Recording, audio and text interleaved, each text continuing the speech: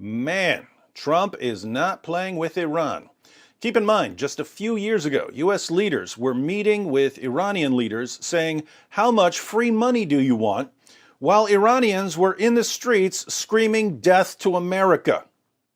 Now we've got drones taking out Iranian leaders while Iranians are still in the streets screaming, "Death to America." Seems like they're going to scream "Death to America" no matter what we do. The New York Times reports, Iran's top security and intelligence commander was killed early Friday in a drone strike at Baghdad International Airport that was authorized by President Trump, American officials said.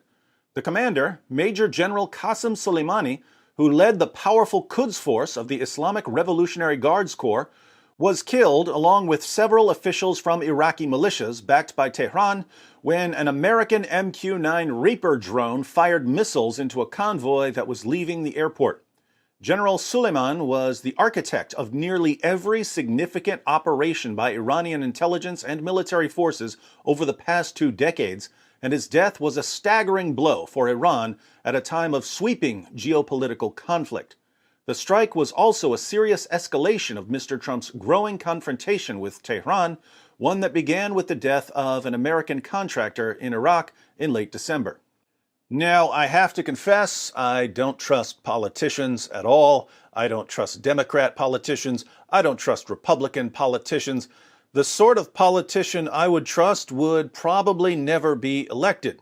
So I'm always suspicious of everything our leaders do. When I read about a drone strike on an Iranian general, I immediately start wondering how much of it was due to the potential threat to America and how much of it was simply buddying up to Saudi Arabia. But this guy does sound like a pretty dangerous dude. In Iran, the leadership convened an emergency security meeting, and the country's supreme leader, Ayatollah Ali Khamenei, issued a statement calling for 3 days of public mourning and then retaliation. His departure to God does not end his path or his mission, the statement said. But a forceful revenge awaits the criminals who have his blood and the blood of the other martyrs last night on their hands. United States officials were braced for potential Iranian retaliatory attacks, possibly including cyber attacks and terrorism on American interests and allies. Israel, too, was preparing for Iranian strikes. Some of the country's most popular tourist sites, including the ski resort at Hermon, were closed, and the armed forces went on alert, officials said. Yes, if we know anything about Iranian leaders, it's that they will jump at the chance to attack Israel. A U.S. drone just bombed our general. Attack the Jews! From the start of the Syrian civil war, General Soleimani was one of the chief leaders of an effort to protect President Bashar al-Assad of Syria, an important Iranian ally, that brought together disparate militias, national security forces, and regional powers, including Russia, in recent years. But that was far from the only front he operated on.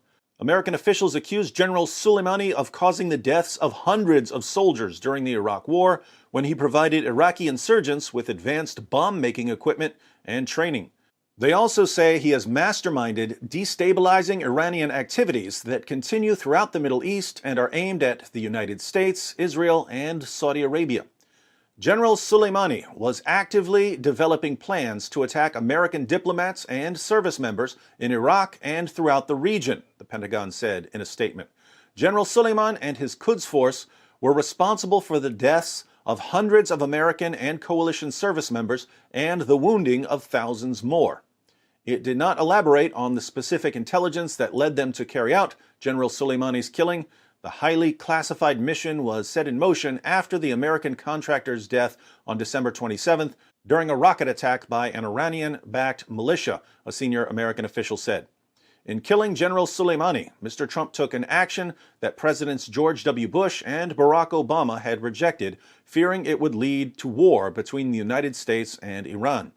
While many Republicans said that the president had been justified in the attack, Mr. Trump's most significant use of military force to date, critics of his Iran policy called the strike a reckless unilateral escalation that could have drastic and unforeseen consequences that could ripple violently throughout the Middle East. Since the New York Times quoted a statement by the Department of Defense, let's go ahead and read it. It's short. At the direction of the president, the U.S. military has taken decisive defensive action to protect U.S. personnel abroad by killing Qassim Suleimani, the head of the Islamic Revolutionary Guards Corps Quds Force, a U.S. designated foreign terrorist organization. General Soleimani was actively developing plans to attack American diplomats and service members in Iraq and throughout the region. General Soleimani and his Quds Force were responsible for the deaths of hundreds of American and coalition service members and the wounding of thousands more. He had orchestrated attacks on coalition bases in Iraq over the last several months, including the attack on December 27th, culminating in the death and wounding of additional American and Iraqi personnel. General Soleimani also approved the attacks on the U.S. Embassy in Baghdad that took place this week. This strike was aimed at deterring future Iranian attack plans. The United States will continue to take all necessary action to protect our people and our interests wherever they are around the world. So Iran is in a very awkward position. The Ayatollah called for retaliation, but does he really want to mess with people who have drones flying around shooting missiles at Iranian leaders? I doubt it. But if he doesn't retaliate, he looks like a total coward. I mean, killing General Soleimani would be like some foreign nation blowing up the director of the CIA. You just can't let that slide. But what can you do? Oh, we'll attack the Jews. We'll see what happens. The Ayatollah already gave a time frame, 3 days. He's got 3 days to come up with something that helps him save face but doesn't get him killed. He'd better hope that some powerful ally comes to his aid. Otherwise, things are not looking good for Iran.